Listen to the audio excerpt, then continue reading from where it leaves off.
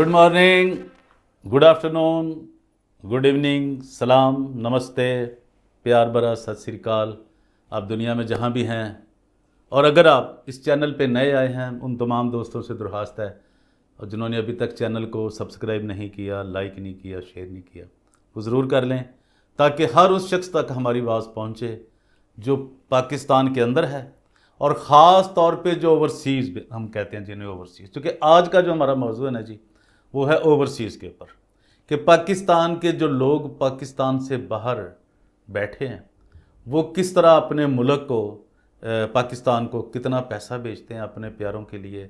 और जब भी मैं एक रात को मैं देख रहा था, एक बात समझने की कोशिश कर रहा था कि जब भी कोई ओवरसीज़ इंग्लैंड से, अमेरिका से, अफ्रीका से, मिडल ईस्ट से, फार ईस्ट से, मतलब दुनिया जितने भी, मतलब दुबई से, सऊदी अरब से, यूनान, जो भी कोई पैसा भेजता है सबसे पहले गवर्नमेंट अपना टैक्स जो है ना अपना हिस्सा ले लेती है टैक्स के नाम पे।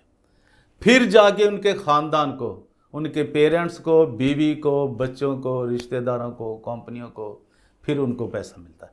पहले गवर्नमेंट अपना हिस्सा लेती है। तो गवर्नमेंट के ऊपर बहुत सी जिम्मेदारियाँ आयद होती हैं। जब से पाकिस्तान बना है कभी इन्होंने ओवरसीज़ को कभी कोई फेवर नहीं दी। ये सब झूठ, फ्रॉड और मक्कारी और ये एक बड़ा घिनौना प्रोपेगेंडा है जो ओवरसीज़ पाकिस्तानियों के खिलाफ जारी रहता है। अभी हमने जैसे कि देखा कि एक निजी टीवी चैनल के ऊपर एक, अब क्या कहूँ उसे, मैं ये कहूँ जी कि मैं अब लड़की है वो, मैं उसे कुछ कहना नहीं चाहता और ना ही मैं उसका नाम लेना चाहता हूँ ताकि उसे फेम करना या उससे मशहूर करना हमारा मसला नहीं है कि जी हम उसे और ज़्यादा ये बात कहें। जिसने ये कहा कि जी बहुत जो ओवरसीज़ में बाहर बैठे हैं पाकिस्तानी, वो जी वहाँ पे लैट्रिन साफ़ करते हैं। भाई आपको क्या पता, लैट्रिन तो बहुत अच्छा काम है। आपको याद है, पहले तो मैं आज ये दरख्वास्त कर रहा हूँ उस जिस निजी टीवी चैनल पर बैठ के पूरी दुनिया जानती है कि वो किनका, वो तलीम फरोशों का टीवी चैनल है और लाहौर को लूटने वालों का टीवी चैनल है। सबसे पहले वो तलीम फरोश, फिर लाहौर को लूटने वाले, उनका वो टीवी चैनल है जहाँ बैठ के उससे एक, अब मैं क्या कहूँ, मुझे औरत है वो, मैं चूँकि हम आर्टिस्टों को प्यार करते हैं बड़ा, उनसे हमारा एक बड़ा उनसे एक प्यार है, बड़ा एक लेवल है उसका, मुझे कुछ नहीं कहना चाहते, लेकिन उसको अकल शायद किसी ने नहीं सिखाई।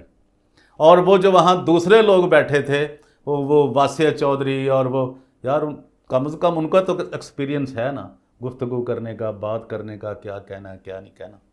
अब निजी टीवी के मालकान पर और ख़ास तौर पे वासिया चौधरी पर ये एक फ़र्ज़ आयद होता है उनका अखलाकी कि जो लोग, ज़रा इन्हें अंदाज़ा हो कि ओवरसीज़ में लोग कैसे पैसे कमाने जाते हैं।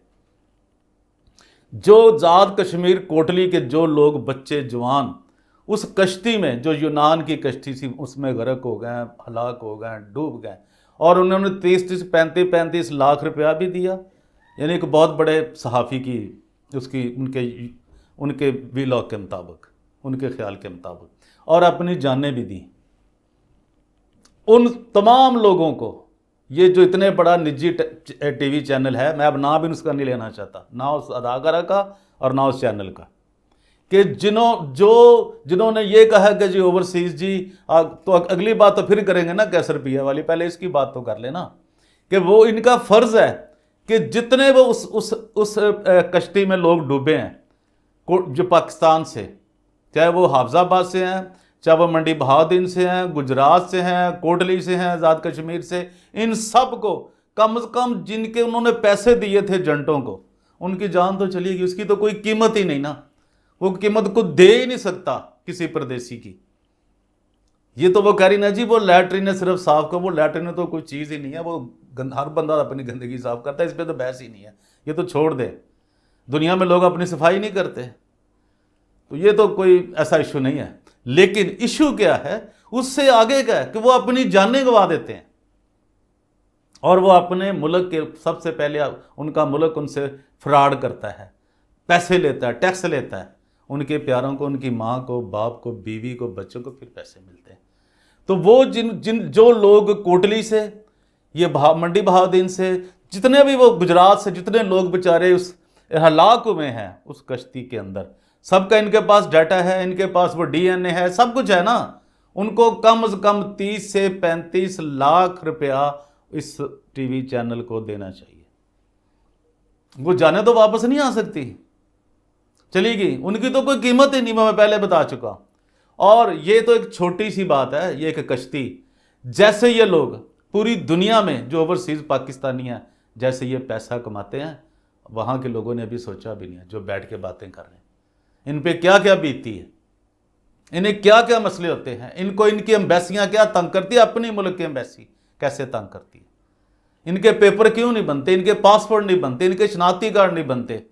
वो काम उन्हीं वही उसके लिए कर रहे हैं। और जितनी हुकूमतें आई उन्होंने फ्रॉड किया ओवरसीज पाकिस्तानियों के साथ। ये आप समझ नहीं आ रही इस बात की आपको। दूसरा कोई काम वो तो वैसे ही नहीं है, कोई छोटा बड़ा नहीं होता, काम तो काम होता है और काम की अजमत होती है। जो किसी ने लैट्रिन साफ की, किसी ने वाशरूम साफ किया, किसी ने बेडरूम साफ किया, तो काम है ना जी। वो तो काम के बगैर है ही नहीं। अब हमें हुक्म है कि आप अपने खून पसीने की कमाई खाएगा इंसान जो है, उसी से खानी है। आगे चलें जी। वो जो बात की है दूसरी, उसने कैसर पिया ने, अब क्या किया जाए। अब बड़े लोग उस पर बहुत ज़्यादा लोगों ने बोला है, बहुत ज़्यादा सुना है कि उसने माफ़ी भी मांगी है। और भाई कैसर पिया साहब, अब आपको क्या कहें। अभी तो आप फैसला अभी तो आपको जुगते भी नहीं आती यार। आप अपने बड़ों को देखो, नसीम विक्की को देखते आप यार, वो आपका बड़ा अजीज है ना। तो आप देखें, आपने उसको फॉलो नहीं किया, कभी भी नहीं फॉलो किया, जो मैंने महसूस किया। कितनी दुनिया में उसका कितना बड़ा नाम है, और आपने सारा एक ही अपनी जुगत में सारी तबाही कर दी, उसके नाम को भी ख़राब कर दिया, नसीम विक्की के नाम को। तुम गरीब थे, क्या था वो सारे पाकिस्तान में कौन से सारे नवाज शरीफ पैदा होते हैं या इमरान खान पैदा होते हैं, या वो जो तारक का मौलवी तारक के बच्चे या मौलवी तारक, ऐसे तो नहीं ना। या कोई बिशप के बच्चे हैं, या बिशप मलिक के बच्चे पैदा हो गए जी, अनवर फजल के बच्चे पैदा हो गए, ऐसा नहीं है। गरीब लोग, अक्सरियत।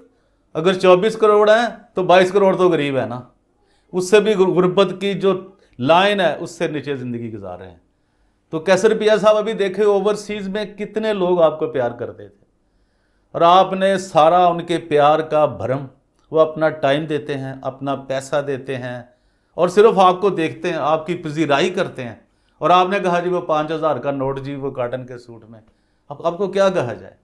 आप इस काबिल हो कि आपके ऊपर कुछ कोई तबर्रा बोला जाए, आपको कुछ कहा जाए। कहा उसे जाता है जो कुछ होता है, दूसरे को नहीं कुछ कहा जाता। आप अब क्या कहें, कुछ जुगतबाज कहें या फैसलाबादी जुगतबाज कहें, या एक टीवी का, मतलब अब आपकी मैं गुर्बत पे भी नहीं बात कर सकता। आपने जो गुर्बत देखी है, खुदा किसी को ना दिखाए, मेरी दुआ है ये। लेकिन आपने जो कुछ किया बहुत बुरा किया। आपने माफ़ी मांग ली, चलिए ये जख्मों पे ऊपर ये नमक बल्कि छिड़का गया है। ये तो मैं देखे, स्क्रिप्ट तो एक प्लांटेड होता है ना, स्क्रिप्ट तो लिखा जाता है। वो जो स्क्रिप्ट जिन्होंने लिखा है, अब आप ये कह रहे हैं जी वो वैसे ही बात हो गई है, तो भाई ऐसा नहीं है, ऐसा नहीं होता। स्क्रिप्ट एक एक लम्हा, एक सांस भी ली होती तो वो स्क्रिप्ट होता है सर। लोगों को, हमें इन लोगों को ना बताएं इन चीज़ों को। आपने कह दिया, आपने कहा जी मैं माफ़ी मांगता हूँ ओवरसीज़ से। ये चलिए, ओवरसीज़ वालों के बड़े दिल हैं, वो बड़ा दुख देखते हैं, आप तो कुछ चीज़ ही नहीं हो।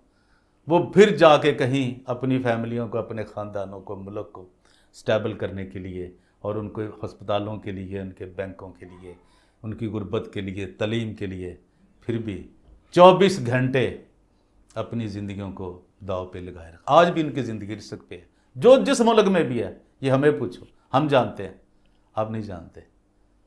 तो आज के लिए इतना ही। देखते रहिए DGA BKK 2020, और आप इसको जाते जाते अगर आपने भूल गए हैं तो सब्सक्राइब भी कर दें, लाइक भी कर दें, आपके हाथ में है, कोई इशू तो नहीं है। फिर भी आपकी अपनी मर्जी है। Thank you very much, God bless you all, thank you.